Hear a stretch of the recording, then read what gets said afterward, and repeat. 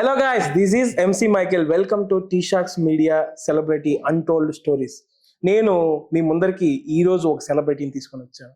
ఆయన 50కి పైన సినిమాల్లో నటించి, అంతేకాకుండా ఎన్నో టీవీ షోస్లో నటించి తనదైన శైలిలో తెలుగు ప్రేక్షకుల్ని ఆకట్టుకున్నారు. ఆయన ఎవరో కాదు, మన సేకింగ్ శేషు గారు. నమస్కారం సార్. నమస్తే. ఎలా ఉన్నారు సార్? ఇలా ఉన్నాను. ఎలా ఉన్నారా? ఎక్కడ ఉంటున్నారు ప్రెసెంట్? మా ఇంట్లోనే ఉంటున్నాను. మీ ఇంట్లోనే ఉన్నారు అంటే మామూలుగా ఎక్కడ ఉంటున్నారంటే ఏ ఏరియాలో ఉంటున్నారో? Address, pin code, door number అన్ని చెప్పేశాను అనుకో, మొత్తం అందరూ వచ్చేస్తారు. అలాగే సెల్ఫీలు ఇచ్చుకుంటూ కూర్చోవాలి. అంటే ఇప్పుడు సెల్ఫీలు ఇవ్వడం అంటే ఒక సెలబ్రిటీకి ఇష్టమే కదా, చాలా మంది వాళ్ళందరూ ఇష్టమేనండి. అది ఎలా ఉంటుందంటే, ఒక 20-30 మంది వచ్చేసారు అనుకోండి, వాళ్ళందరికి ఇవ్వాలి. ఏ ఒక్కరికి ఇవ్వకపోయినా ఈడో పెద్ద బ్రహ్మానందంగా ఈడు సెల్ఫీ, నాకు ఆవిడకి అక్కలేదు వెళ్ళరా, పెద్ద ఆర్టిస్ట్ లాగా సెల్ఫీ అడిగితే కోపడతావేటి అంటారు. ఆ మాటలు అనిపించకూడదు, దీనికి సైలెంట్గా ఉంటే సరిపోతుంది. ఓకే, ప్రెసెంట్ మీరు ఏం సినిమాలో నటిస్తున్నారు? ప్రెసెంట్ తెలుగు సినిమాల్లో. అందరూ తెలుగు సినిమాలో నటిస్తున్నారు. మరి ఏమి సినిమాలు అంటే అది హర్రర్ సినిమాలు అంటే అలాగా హర్రర్ సినిమానా, లేకపోతే ఏదైనా కొత్త? చాలా సినిమాల్లో నటిస్తున్నా. కొన్ని రిలీజ్ అవ్వాలి, కొన్ని రిలీజ్ అయిపోయి నాతో కూడా చెప్పకుండా వెళ్ళిపోయాయి. ఓకే, మీతో కూడా చెప్పలేదు. దర్జా, మాచల నియోజకవర్గం, అల్లూరి, రంగరంగ వైభవంగా, మిస్టర్ ప్రెగ్నెంట్, తర్వాత రూల్స్ రంజన్ అని వచ్చింది కదా, అది, ఇలా చాలా వచ్చాయి. అట్లా నేను దుప్పటి తీసే లోపల వెళ్ళిపోతున్నాయి. మీకోసం ఒక స్పెషల్ క్వశ్చన్ తీసుకొని వచ్చాం. స్పెషల్ క్వశ్చన్ ఇది. ఎందుకంటే మా ఆడియన్స్ కి, మా అందరూ తెలుసుకోవాలనే ఒక ఆతృత. ఎందుకంటే సినిమా ఇండస్ట్రీకి రావాలన్న వాళ్ళకి ఇది బాగా ఉపయోగపడుతుంది. మీరు ఇండస్ట్రీకి రావడానికి గల కారణం ఏంటి? ఎవరి రెఫరెన్స్ తో అయినా వచ్చారా, లేకపోతే మీకు మీరుగా వచ్చారా అనేది తెలుసుకోవాలి. నేను ఆర్టిస్ట్ అవ్వాలని చిన్నప్పటి నుంచి ఉండేది. ఓకే. అయితే మనం ఫిల్మ్ ఇండస్ట్రీకి వెళ్ళిపోతే మనల్ని ఎవరు పెట్టేసుకోరు. మనలో ఏదో ఒక టాలెంట్ ఉండాలి. ఏముంది మన దగ్గర టాలెంట్? ఏమీ లేదు. ఇప్పుడు కాదు, ఇంకా టైం ఉంది అని అలా ఆగిపోయి ఇంటర్మీడియట్ వరకు చదువుకున్నాను. చాలా కష్టపడి, ఇష్టం సినిమా మీద, కష్టం చదువు మీద. ఏదో కష్టపడి చదివేశాను. ఇష్టపడి కూడా చదవలేదు, కష్టపడి చదివాను. అయితే ఇండస్ట్రీకి వెళ్ళిపోదాం అని అనుకున్నాను. అప్పటికి ఏం చేశాను, ఏదో ఒక టెక్నికల్ యాటిట్యూడ్ నాకు ఉండాలి, ఏముంది, ఎలా అవుతాం అని అనుకుని మిమిక్రీ కళ నేర్చుకున్నాను. ఓకే.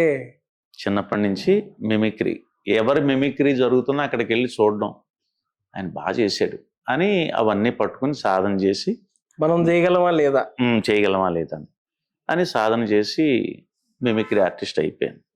చాలామంది అంటూ ఉంటారు, మా గురువు గారు ఈయన ఆయన నేర్పారు. మిమిక్రీ అనేది నేర్పితే వచ్చే విద్య కాదు, నేర్చుకుంటే వచ్చే విద్య. చాలామంది అంటారు మా గురువు గారు. నా గురువు గారు నేర్పరు. ఆ గురువు గారు చేసిన విధానాన్ని చూసి వీళ్ళు ప్రాక్టీస్ చేస్తే మనకి ఆటోమేటిక్గా మిమిక్రీ వస్తుంది. మిమిక్రీ స్వతహాగా మనలో ఆ టాలెంట్ ఉంటేనే వస్తుంది, ఉండాలి. అంటే రాదు. స్వరం చిన్న స్వరం నుంచి పెద్ద స్వరం దాకా అనడం అనేది రావాలి. ఉదాహరణకి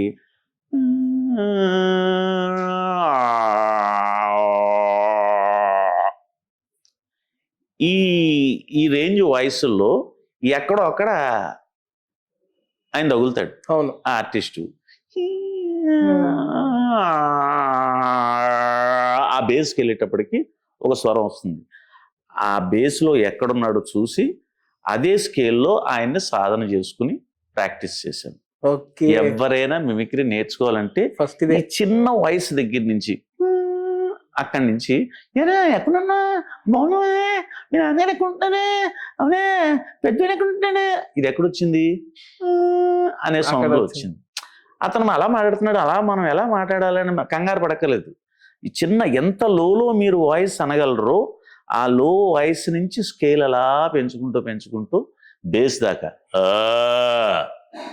ఎవర్రాదే అన్న స్కేల్ దాకా వీళ్ళు ప్రాక్టీస్ చేస్తే అక్కడెక్కడో ఈయన వాయిస్ దొరుకుతుంది. దొరకగానే ప్రాక్టీస్ చేయడం, కొంతమంది మాట్లాడుతున్నప్పుడు ఏరా నువ్వు బాగున్నావా చిన్నోడు ఎక్కడ పాపం ఆవిడ ఏజ్డ్ అయిపోయి షివరింగ్ వచ్చేస్తూ ఉంటుంది పాపం అవును. ఆవిడకి. అప్పుడు ఆ సౌండ్లోనే చిన్న జర్కు, ఊరుకో అదాను అన్ని ఎటకాను ఆడతావు నువ్వు తప్పు కదా పెద్దదాన్ని నా గొంతు చేస్తావా అదే తప్పునా వెళ్ళిపో. ఆ షివరింగ్ షేక్ అది యాడ్ చేస్తే అది. ముసలి వాళ్ళు. అలాగా సాధన చేసి ముందు మిమిక్రీ నేర్చుకుని, మిమిక్రీలో ఓన్లీ ఓల్డ్ యాక్టర్స్నే, ఇప్పుడు ఈ పవన్ కళ్యాణ్, మన మహేష్ బాబు మహేష్ బాబు. వీళ్ళవి కాదు. మా ట్రెండ్ అంటే నేను ఇంజిన్ మోడల్ ఎంతో తెలుసా? 1961 model engine. 61 model Okay. Engine అంటే ఇప్పుడు అప్పుడు నాకు రామారావు, 63. నాగేశ్వరరావు. అప్పుడు ఆ టైంలో రామారావు గారు, నాగేశ్వరరావు గారు, కృష్ణ, చిరంజీవి, శోభన్ బాబు, బాలకృష్ణ గారు కూడా అప్పటికి బాలకృష్ణ గారిని కూడా చేసి ఇలా ఆ రేంజ్ ఆర్టిస్టులు ఉండేవారు. అలాగే క్యారెక్టర్ ఆర్టిస్టులు ఎస్వి రంగారావు గారు, రేలంగి గారు, మన కాంతారావు గారు, గుమ్మడి, అవును వాళ్ళందరూ వాయిస్లు చేసేవాళ్ళు. మొత్తం ఉందండి. మిమిక్రీలో నాకు 3 గోల్డ్ మెడల్స్ వచ్చాయి. ఓకే. అయితే మిమిక్రీ నేర్చుకోవడం మంచిదే కానీ ఇండస్ట్రీకి వచ్చాక తప్పని తెలిసిన తర్వాత. అవునా? ఎందుకంటే ప్రతి యాక్టర్ వాయిస్ నేను చేసేస్తున్నాను కదా, వాళ్ళు ఏదైనా సీన్ పేపర్ ఇవ్వగానే ఇక్కడ రాజ్బాబులో మాట్లాడితే ఎలా ఉంటుంది, ఇక్కడ రేలంగిలో మాట్లాడిస్తే ఎలా ఉంటుంది అని కొన్నాళ్ళు నా యొక్క అవకాశాలు పాడు చేసుకున్నాను. ఏమంటే ఇక్కడ ఎందుకంటే రేలంగిలో మాట్లాడతారు మీరు, వెళ్ళిపోతున్నావా నువ్వు వచ్చేటప్పుడు నీ కోసం ఇక్కడ కూర్చున్నాను తప్పురే అక్కడికి వెళ్ళిపో. మీ స్వతసిద్ధమైన గొంతు ఉంది కదా అలా ఎందుకు మాట్లాడారు అని డైరెక్టర్లు నన్ను చివాట్లు పెట్టేవారు.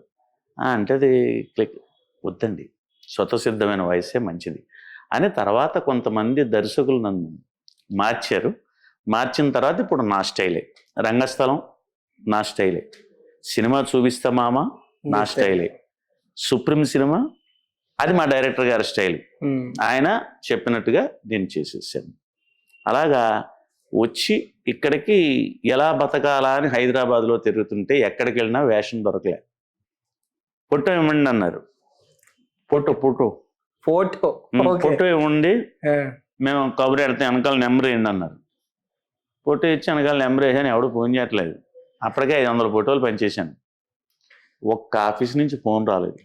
ఓ నాయన ఏంటి 500 ఫోటోలు అయిపోయి ఎవరు ఫోన్ చేయట్లేదండి, రావు. అలాగా ఇంకా ఆఖరికి ఏం చేయాలో తెలియక నాకు మిమిక్రీ కాళ్ళు ఎలాగ ఉంది కదా, దీని మీద సంపాదిద్దామని డబ్బింగ్ స్టూడియోల దగ్గర కూర్చోవడం మొదలెట్టాను. ఇలా కూర్చున్నామండి, ఇదే డబ్బింగ్ స్టూడియో అనుకోండి, ఇలా కూర్చున్నాండి. ఎవరు బాబు మీరు? డబ్బింగ్ చెప్తానండి అన్న. ఎవరికైనా చెప్తానండి. ఆహా వచ్చా అన్నారు. వచ్చండి.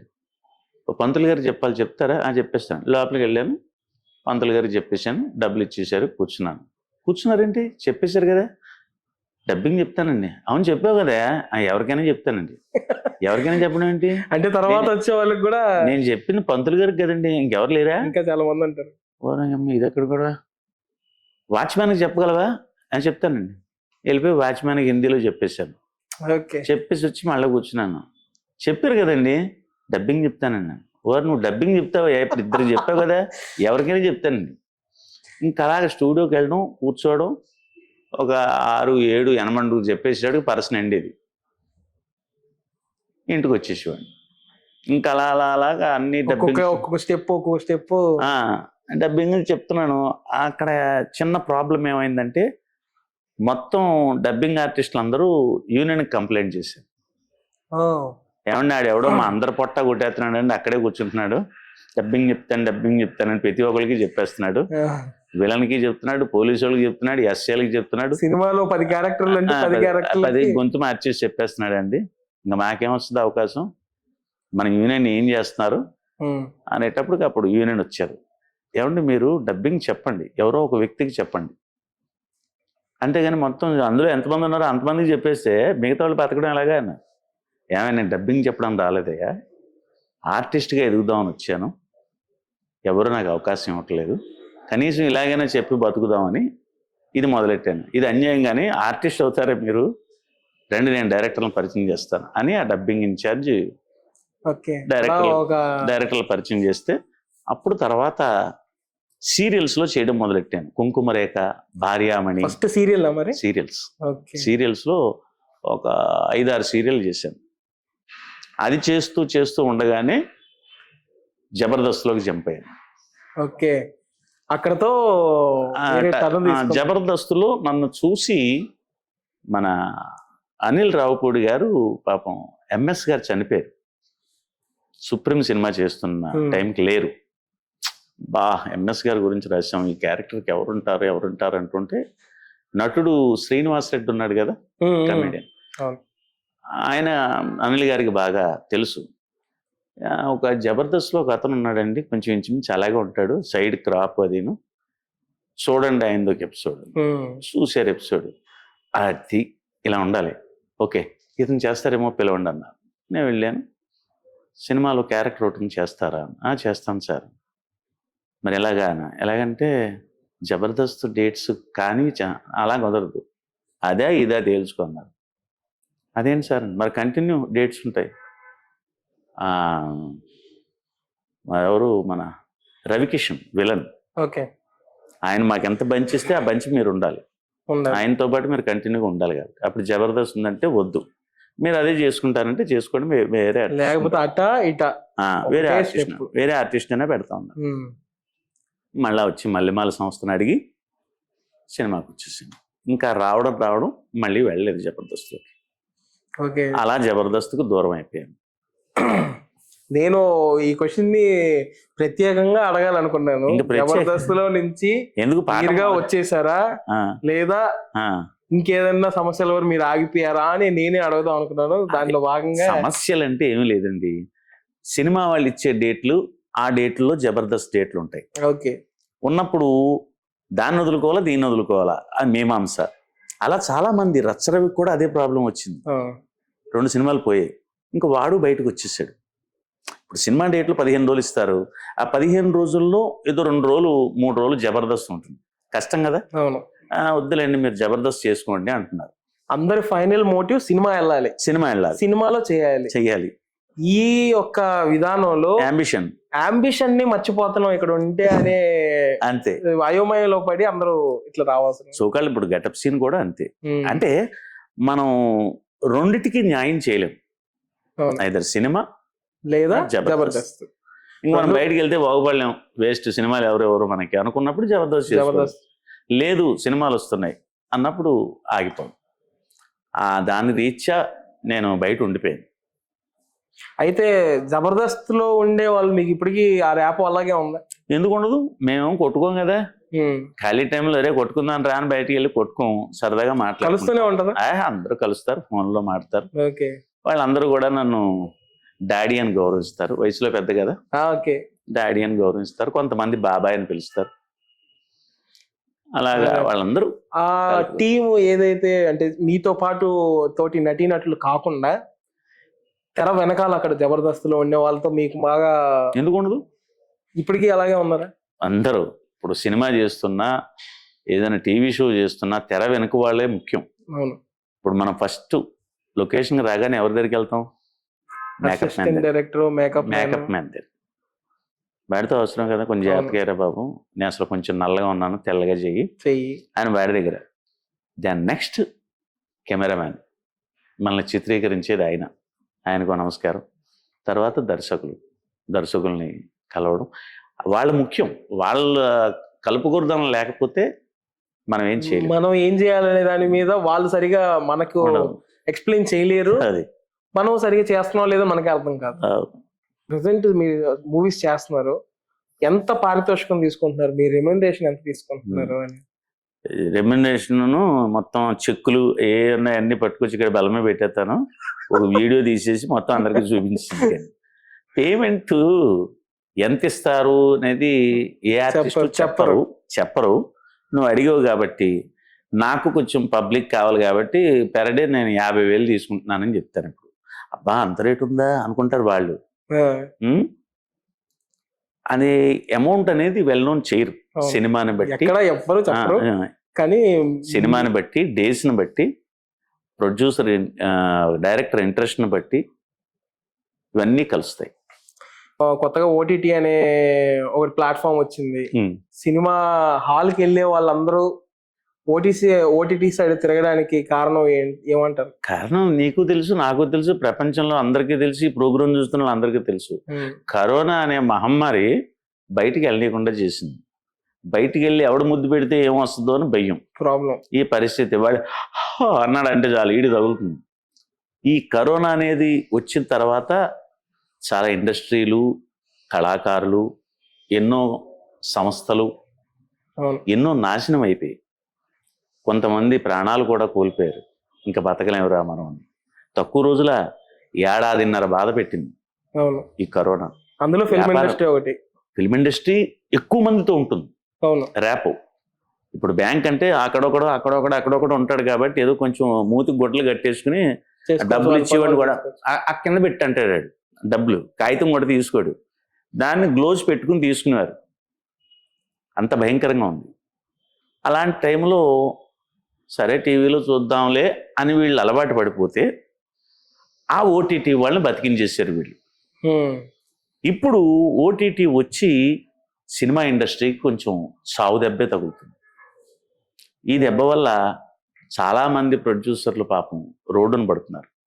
ఎందుకంటే సినిమా చాలా ఇష్టపడి కష్టపడి ఎంతో డబ్బు ఖర్చు పెట్టి సినిమా తీస్తారు. తీసేయగానే ఓటీటీలో అతను తర్వాత చూద్దాం ఎప్పుడు ఎందుకు అన్నాడే అని అందరిలో నానుడైపోయింది. అంతకుముందు సినిమా రిలీజ్ అయితే ఇది ఎప్పటికి టీవీలో వేస్తాడో ఎప్పటికి వస్తాడో అనే ఉద్దేశంతో ఇది అయిపోయే లోపల లేదా సినిమా తీసేసే లోపల ఒకసారైనా వెళ్ళి చూడాలరా ఎప్పుడైతే ఆతృతతో వెళ్తారు. ఎప్పుడైతే ఓటీటీలో వస్తుంది ఇది గ్యారంటీగా అనే ఉన్నప్పుడు థియేటర్కి వెళ్ళడం మానేశారు. కానీ ఆ అలవాటు కరోనా తల్లి చేసింది. అవును, కరోనా వల్ల వీళ్ళు అలా ఎడిక్ట్ అయిపోయారు. ఏమిటి సెల్లో చూసినా ఒక టీవీలో చూసిన, టీవీలో అయితే యాడ్ చేసుకుని చేయొచ్చు. కొంతమంది సెల్లో కూడా ఓపికగా చూసేస్తారు. 2.5 గంటలు అలా సెల్ పట్టుకోవడం అంటే ఎంత కష్టం అండి. దానికి మళ్ళీ స్టాండ్ ఒకటి కొనుక్కుని దాని పెట్టుకుని అలా దూరంగా కూర్చుని సినిమా చూసి అయితే థియేటర్లో వచ్చిన ఫీలు, ఆడియన్స్తో వచ్చే ఫీలు ఓటీటీలోను సెల్లోనూ రాదు. ప్రజలకు అది ఆ రెస్పాన్స్ ఎంత బాగుంది ఏంటి, ఆ థియేటర్లో ఆ సౌండ్లో అంత పెద్ద స్క్రీన్లో చూసిన ఆనందం ఈ ఓటీటీలో రావు. కానీ ఇప్పుడు దానికి ఎడిక్ట్ అయిపోయారు. ఎలా ఉంది సినిమా అంటే పర్వాలేదు బాగానే ఉంది అంటాడు. అదే కొన్ని 100 మంది మధ్యలో కూర్చుని థియేటర్లో చూస్తుంటే అదిరిపోయింది తెలుసా, గోల్లో ఏళ్ళు అరుపులు కేకలు వాళ్ళతో పాటు నేను అరిచేసాను, ఆటోమేటిక్ వచ్చేస్తుంది. అవును, ఇప్పుడు ఈవెన్ క్రికెట్ గ్రౌండ్ చూడండి, క్రికెట్ ఇస్తూ ఉంటాడు టీవీలో, గ్రౌండ్లో ఉన్న వాళ్ళ రెస్పాన్స్ ఎలా ఉంటుంది, ఇంట్లో కూర్చున్న రెస్పాన్స్ ఎలా ఉంటుంది. 6 కొట్టాడు, 4 కొట్టాడు, ఇక్కడ పోయింది, ఇంతే ఉంటుంది. అక్కడ లైవ్లా చూస్తూ ఉంటాం కదా, వికెట్ పడగానే మొత్తం గ్రౌండ్ కోలాహలం. ఆ పెప్పు గ్రౌండ్లోనే వస్తుంది, ఇంట్లో రాదు. నీకు ఆ పెప్ప కోసం కదా థియేటర్కి వెళ్ళేది. ఆ అలవాటును మెల్లిగా వీళ్ళు ఈ ఓటీటీ వాళ్ళు దూరం చేసేస్తున్నారు. ప్రతిదీ మేము కొనేస్తాం అని కొనేయడం, వీళ్ళు పాపం ఇబ్బంది పడడం జరుగుతుంది. ఈ ఓటీటీ అనేది ఎప్పుడైతే పోతుందో అప్పుడు ఫిల్మ్ ఇండస్ట్రీ బ్రహ్మాండంగా ఉంటుంది, నో డౌట్. ఖచ్చితంగా. నెక్స్ట్ ఏంటంటే ఈ సినిమాల మీద వీళ్ళందరూ రిపోర్ట్స్ ఇస్తూ ఉంటారు ఛానల్స్ వాళ్ళు. అవును, అదొకటి రివ్యూస్. అదొకటి ఎంత దారుణంగా ఉందంటే, వీడు అది తీసిన టికెట్ 50 రూపాయలు 30 రూపాయలు ఉంటుంది. అక్కడ కొన్ని కోట్లు ఖర్చు పెట్టి సినిమా తీసిన వాడిది సినిమాని వీడు చూసి ఎలా ఉంది,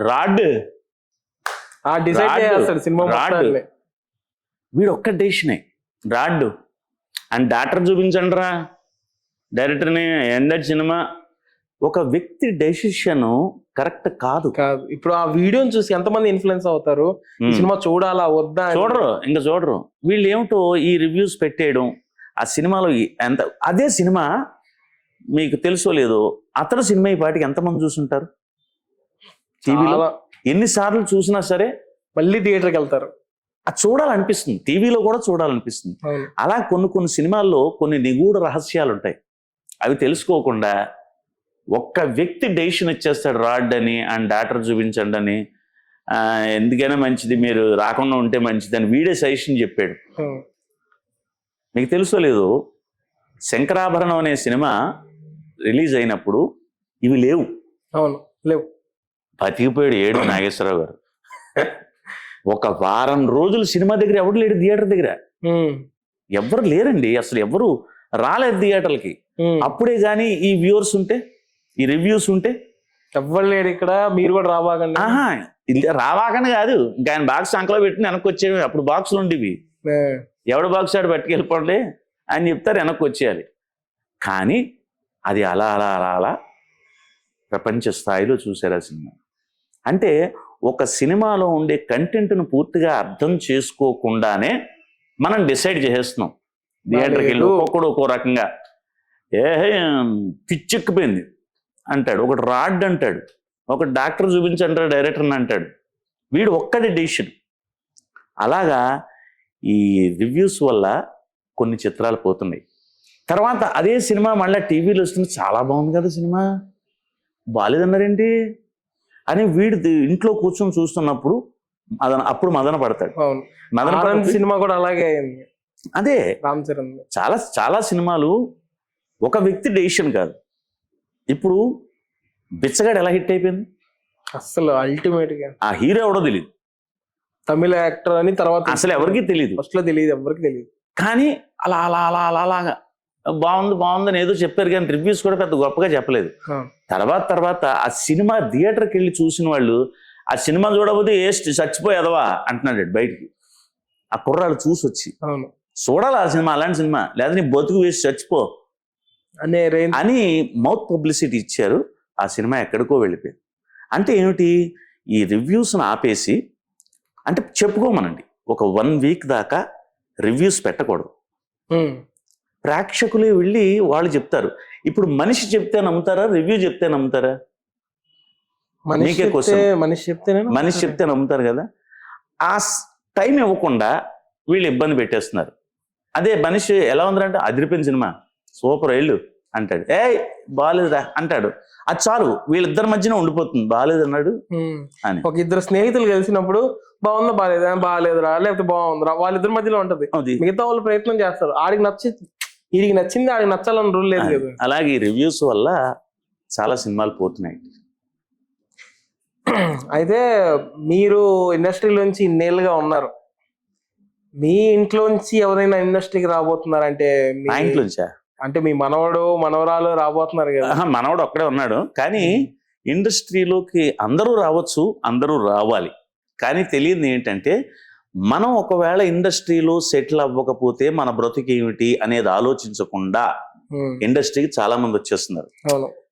ఇప్పుడు ఒక యంగ్ కుర్రాడు ఉంటాడు, వాడు గ్రాడ్యుయేషన్ అయిపోతుంది, గ్రాడ్యుయేషన్ అయిపోయిన వెంటనే ఆర్టిస్ట్ అయిపోదాం, హీరో అయిపోదాం అని వచ్చేస్తాడు. వచ్చేసిన తర్వాత ఎన్నాళ్ళు తిరుగుతాడు, 45 ఏళ్ళు వచ్చి దగ్గర తిరిగేస్తాడు, ఏం అవ్వలేదు. అప్పుడు వాడి పరిస్థితి ఏంటి? అయోమయం. అయితే మనం వెనకాల ఒక టెక్నికల్ యాటిట్యూడ్, ఇప్పుడు ఒక డ్రైవరు పనిచేసేవాడు హీరో అవ్వాలని వచ్చాడు, బాగుంటాడు కుర్రాడు, రావచ్చు, తప్పలేదు. అతనిలో ఒక టెక్నికల్ క్వాలిఫికేషన్ ఉంది, ఈజ్ ఎ డ్రైవర్. ఆ బొంగు సినిమా వేషాలు దొరకకపోతే డ్రైవర్గా పోతారు. అదేనేది ఉండాలి, ఏదో వెనకాల మనకు ఉంటే మనం ఆ ఇండస్ట్రీకి వెళ్ళాలి. ఇండస్ట్రీలోకి వచ్చిన వాళ్ళందరినీ తీసేసుకుంటారు అనుకోవడం చాలా తప్పు. నేను వెంటనే విలన్ అయిపోతాను, నేను లేకపోతే ఈ క్యారెక్టర్ ఆర్టిస్ట్ అయిపోతాను కొన్ని చాలా మంది వచ్చేస్తున్నారు పాపం.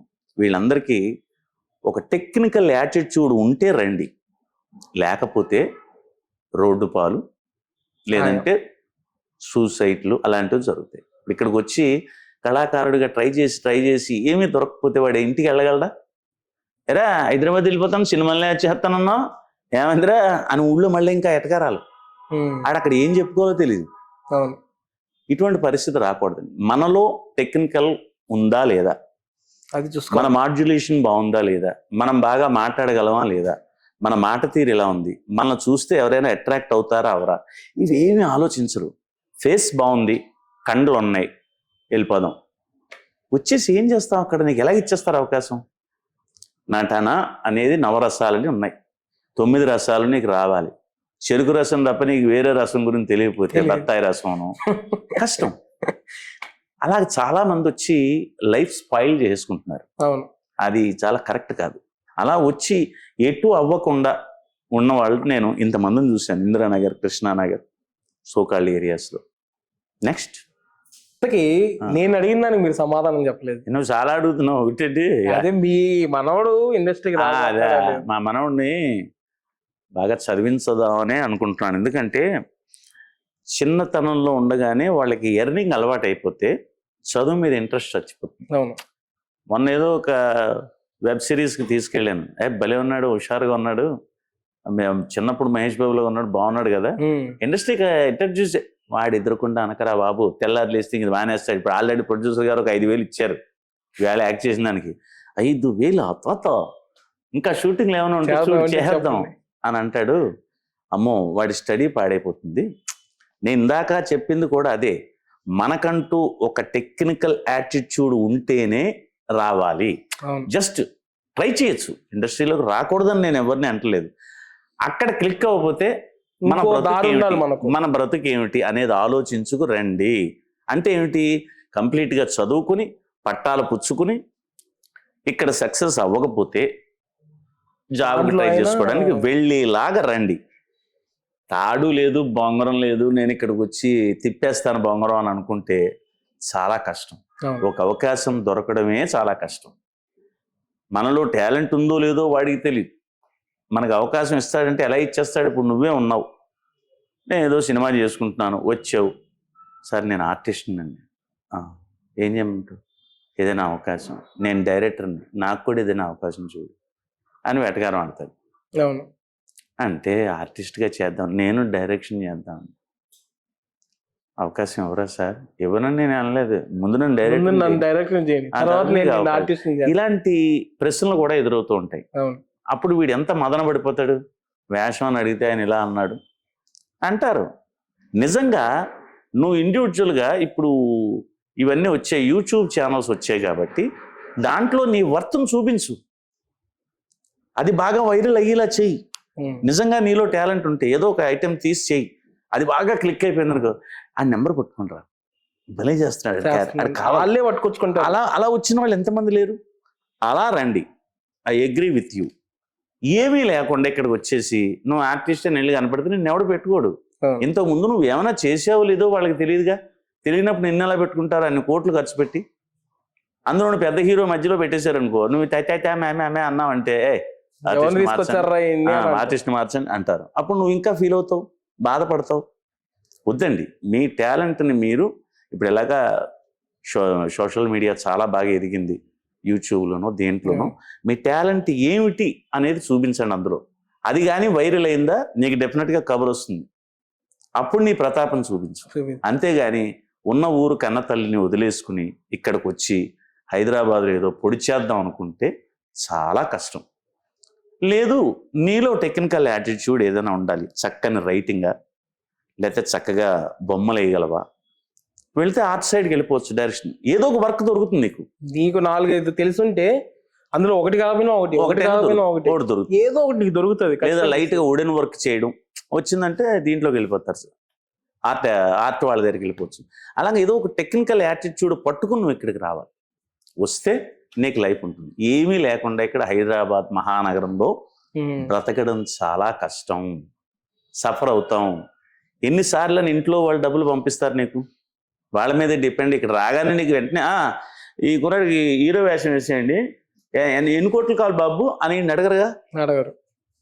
అసలు నీ క్యారెక్టర్ దొరకడమే కష్టం, మరి బ్రతకడం ఎలాగా అది ఆలోచించాలి. మనకి ఏదో ఒక టెక్నికల్ యాటిట్యూడ్ ఉండాలి. నెక్స్ట్ అయితే శేషు గారు మాకు ఒక నటులుగానే తెలుగు ఆడియన్స్ అందరికి పరిచయం. మీలో ఒక సింగర్ కూడా ఉన్నాడని తెర వెనకాల ఉండే కొంతమందికి తెలుసు. ఎందుకంటే మీరు షూటింగ్ టైంలో పక్కన కూర్చున్న టైంలో బాగా పాటలు పాడడం అనేది వింటా ఉంటాం. అది కాక మీరు ఎస్పి బాలసుబ్రహ్మణ్యం గారి వాయిస్ ని ఇమిటేట్ చేస్తారని అంటే ఆయన వాయిస్ తో పాటు పాటలను కూడా ఇమిటేట్ చేస్తారా? పాటలు కూడా పాడతారా? క్వశ్చన్ ఎండ్ అయిపోయిందా? క్వశ్చన్ ఎండ్ అయిపోయింది. ఎండ్ అయిపోయిందా? పాటలు పాడతాను. అది ఎందుకు అంటే నాకు ఆ పాట ఇష్టం కాబట్టి. ఇప్పుడు నువ్వు చికెన్ తింటున్నావు, ఎందుకు తింటున్నావు అంటే ఏం చెప్తావు? ఇష్టం కాబట్టి తింటున్నావు కదా. అలాగే ఈ బాలసుబ్రహ్మణ్యం గారి వాయిస్ అన్నా ఆయన పాటలన్నా నాకు చాలా ఇష్టం. ఆయన పాటలు అప్పుడు ఎలా కూర్చుని ఉంటాం, ఖాళీగా ఉంటాం, అదే ఏదో పాట పాడేయాలి అని అనుకుంటాం. అది పాడుతున్నప్పుడు అవతల పక్క వాళ్ళకి కొంచెం బాగున్నట్టు అనిపిస్తుంది. అంతేగాని నేను పాడువాడిని కాదు. ఏం వాడిని? పాడువాడిని కాదు. నాకు సంగీత జ్ఞానం లేదు. సరదాగా అలా కూర్చొని ఉన్నప్పుడు రాగాల పల్లకిలో కోయిలమ్మ రాలేదు ఈ వేళ ఎందుకమ్మా. చాలా బాగా పాడా. నువ్వు అనక, నేను అక్కడ అవతల పక్క వాళ్ళు ఇచ్చే ఎక్స్ప్రెషన్ చెప్తే నువ్వు లేచిపోతావు. మెచ్చుకుంటా అలా పాడ బాగా పాడుతున్నారు, అది మేము కంటిన్యూ చేయొచ్చు కదా అంటదా ఎవరో ఒక అమ్మాయి. అవునా, సరేలే ఇంక పాడంలే అని అలా కూర్చుంటాను. సరే అమ్మాయి వెళ్ళిపోయిన తర్వాత అమ్మాయి ఆవిడ లేరు కదా, ఏమని వర్ణించను నీ కంటి వెలుగును వెన్నంటి మనసును వెన్నెలను నీల వేల్పును ఏమని వర్ణించను రాముడు కాడమ్మా నిందలు నమ్మడు. ఇలా పాడుకుంటా అంతే తప్ప సంగీత జ్ఞానం లేదు. కొంతమంది సంగీత విద్వాంసులు ఎవరైనా నా వాయిస్ వింటే ఆడు పెద్ద పాటగాడు అనుకుంటున్నాడు, ఎత్తనాడు అనుకుంటున్నాడు, రాగం తప్పు ఉంది, శృతిలో లేదు, అది ఇది అని వాళ్ళు అనొచ్చు. నాకు అలా కాదు, విని వాడికి బాగుంది, పాడుకునే నాకు బాగుంది అనేది తెలుసు తప్ప నేను పాడువాడిని కాదు. పాడువాడైతే కాదు, పాడను. నాకుగా నేను పాడుకుంటాను సరదాగా. బోర్ కొడుతుంది, ఒక్కడనే ఉంటాను. అందరూ షార్ట్స్. మీరు ప్యారడీలు కూడా చేస్తారు నేను విన్నా. ప్యారడీలే? అవును, ఒక పాటది ఇంకో రకంగా కూడా ప్యారడీ. అది ఎప్పుడో కర్మగాలి, ఒక్కోసారి ఎప్పుడో ఒకసారి, ఇంకా తర్వాత మళ్ళా ప్యారడీలు అంటే చిన్నప్పుడు కాలేజీలో చదువుతున్నప్పుడు ఎలక్షన్లో నిలబడ్డప్పుడు సినిమా పాటల మీద ఆ నిలబడ్డ యువకుడికి ప్రాస రాసి మా మంచి వాడు శ్రీనివాసు అనేదో ఏదో పాట తీసుకోవడం, మనం రాసి పాటలు పాడేసేసి ఓట్లు వేయించుకున్నాం. అలాగా అది అంతే తప్ప ప్యారడీలు ఏం రావు. ఇంటర్మీడియట్ దాకా చదివారు కదా? అవును. ఆ తర్వాత ఆపేశారు. ఈ ఇంటర్మీడియట్ దాకా ఉండే ఈ స్టడీ టైంలో మీ ఏదైతే టాలెంట్ ఉందో అక్కడ చూపించుకున్నారా మీ ఫ్రెండ్స్ దగ్గర కానీ లేకపోతే టీచర్స్ దగ్గర కానీ? అంటే ఇప్పుడు అది చూపించబట్టే కదా నేను ఇంతవరకు వచ్చాను హైదరాబాద్. అయిపోతారా నువ్వు, మంచి మిమిక్రీ చేస్తున్నావు, మంచి కామెడీ చేస్తున్నావు, అలాగ 10 మంది మిమ్మల్ని అంటే అప్పుడు మీరు బయలుదేరండి. ఇప్పుడు మీ ఊర్లో ఉంటారు, ఊళ్ళో వాళ్ళందరినీ నవ్విస్తున్నారు, ఊళ్ళో వాళ్ళందరినీ నువ్వు ఎంటర్ అయితే చాలు చక్కగా నవ్వుతున్నారు, నువ్వు చెప్పే తీరుకి, నువ్వు మాట్లాడే మాటలకి నిన్ను అభినందిస్తున్నారు. అరే మైకిల్ గారు భలే కామెడీ చేస్తారు రా అంటే వీళ్ళు ఎక్కడున్నాడు అన్నారు అనుకో, వస్తావు కామెడీ చేస్తావు, అరే ఇండస్ట్రీకి పోరా, ఏదో ట్రై చేయరా, కొంచెం కష్టపడరా. అలా అన్నప్పుడు ఎస్ మనలో టాలెంట్ ఉంది, మనం ట్రై చేయొచ్చు అని రావాలి తప్ప ఏమీ లేకుండా వచ్చేసి మన ముఖం చూసేసి తీసేసుకుంటారు అనుకోవడం తప్పు. నిజంగా చాలా పర్ఫెక్ట్ గా చెప్పారు. అదే ఇండస్ట్రీకి వచ్చేద్దామా వద్దా సతమతం అయ్యి చాలా మంది ఊర్లో చాలా మంది ఇండస్ట్రీకి వచ్చేద్దాం ఇప్పటికీ అనుకున్నారు. రావచ్చు, అందరూ రావచ్చు. నీ దగ్గర ఏముంది అదొకసారి క్వశ్చన్ చేసుకో. నాలో మంచి గ్లామర్ ఉంది, నేను పెద్ద ఫైటర్ని, నేను ఈ బిల్డింగ్ నుంచి ఆ బిల్డింగ్ మీదకి దూకేస్తాను, హీరోని దూకమంది అమ్ముంటే, అలాంటి టాలెంట్లు ఏమైనా ఉన్నాయా? వచ్చేయి. అందగాడివి, మంచి కండలు ఉన్నాయి, తాడి చెట్టు చేతులతో పట్టుకోకుండా ఓన్లీ కాళ్ళతోటే ఎక్కుతాను, అదొక టాలెంట్. ఓన్లీ కాళ్ళతోటి ఎలా ఎక్కుతావు? అదే వాడి టెక్నిక్. ఇప్పుడు ఈయన అందగాడా బ్రూస్లీ? కాదు కదా. ఆయన సినిమాలు ఎందుకు చూశారు? ఆయన చేసే ఫైట్ల కోసం, బాడీ కోసం. జాకీ చాన్ ఫైట్స్ కదా, గ్లామర్ కాదు కదా. అలాగా నీలో ఒక టెక్నికల్ యాటిట్యూడ్ ఉండాలి ఆర్టిస్ట్ గా ఎదగడానికి.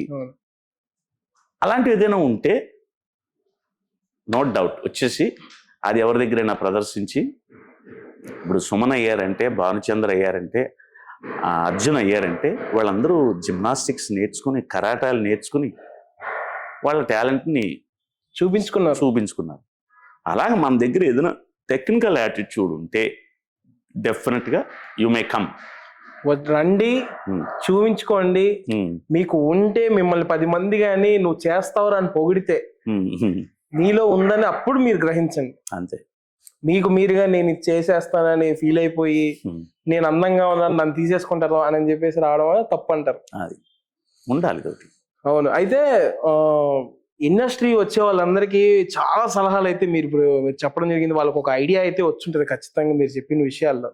అంటే నేను పెద్ద పుడింగినని కాదు, నేను అనుభవించిన కష్టాలన్నీ ఆలోచించి ముందునే వచ్చాను. చెప్పానుగా 500 ఫోటోలు ఇచ్చాను, ఒక్కడు పిలవలేదు. వెనకాల నెంబర్ కూడా వేసాను, ఎవరూ పిలవలేదు. మరి ఇంకెలాగ వెళ్దాం? నాకున్న టెక్నికల్ యాటిట్యూడ్ మిమిక్రీని పట్టుకుని డబ్బింగ్ స్టూడియోలోకి వెళ్తుంటే వాళ్ళు నా బాధ భరించలేక డైరెక్టర్లను పరిచయం చేసి అక్కడ ఇంట్రడ్యూస్ చేశారు. నిజంగా మంచి జర్నీ అయితే మీకు మాకు వినిపించారు. ఓకే. ఈ జర్నీలో ఇంకా లాస్ట్ ఆడియన్స్ కి ఒక మంచి సలహా, అరే ఇప్పుడు దాకా మీరు చెప్పినన్ని సలహాలే మీరు అంటారు. నేను పడుతున్న కష్టాలను వాళ్ళకి తెలియజేశాను, సలహా ఇచ్చి అంత. ఇప్పుడు ఇవ్వమంటున్నా ఒక సలహా మీ నుంచి, మీలాంటి పెద్దవాళ్ళ నుంచి ఇండస్ట్రీకి ఇప్పుడు రావాలి. ఊర్లో చాలా మంది అయోమయంలో ఉండే వాళ్ళు వచ్చేద్దాం ఫిక్స్ అయిపోయి ఇంట్లో వాళ్ళతో గొడవ పడిపోయి వచ్చే వాళ్ళు కూడా ఉన్నారు. ఇక్కడికి వచ్చిన తర్వాత ఏం చేయాలి ఏంటి తెలియక, దానికి వెళ్ళలేక, ఇక్కడ గెలవలేక సూసైడ్ చేసుకునే దానికి కూడా వెనకట్లేదు. అది ఇందాక నేను చెప్పిన ప్రతి దాంట్లోనూ ఇదే ఉంది. మీలో మంచి టాలెంట్ ఉన్నా, ఆ టాలెంట్ను గుర్తిస్తారన్న నమ్మకం మీకున్నా, మీ ఊరి ప్రజలందరూ మిమ్మల్ని ఎంకరేజ్ చేసినా మీరు రండి. ఏ టెక్నికల్ యాటిట్యూడ్ లేకుండా, ఏ క్వాలిఫికేషన్ లేకుండా, రేపన్న రోజున ఇక్కడ ఫెయిల్ అయితే తిరిగి బతకడానికి మార్గం ఏం లేకుండా వచ్చి లైఫ్ పాడు చేసుకోవద్దని సహృదయంగా మీ అందరికీ మీ ఛానల్ ద్వారా వచ్చే వాళ్ళకి, భవిష్యత్తులో ఎదిగే వాళ్ళకి నేను చెప్పేది అంతే. Thank you sir. Thank you. చూసారు కదా, వీక్షిస్తున్న మీకు కూడా నా ధన్యవాదాలు. చూస్తున్నారు కదా, ఇలాగ మీరు ఇండస్ట్రీకి రావడానికి సార్ మీకు చెప్పిన సలహాలను మీరు మైండ్లో పెట్టుకొని రావాలా వద్దా అనే డిసిషన్ మీరు తీసుకోండి. ఇలాంటి మరెన్నో ఇంటర్వ్యూస్ తీసుకొని నేను మీ ముందరికి రాబోతున్నాను. Signing off MC Michael.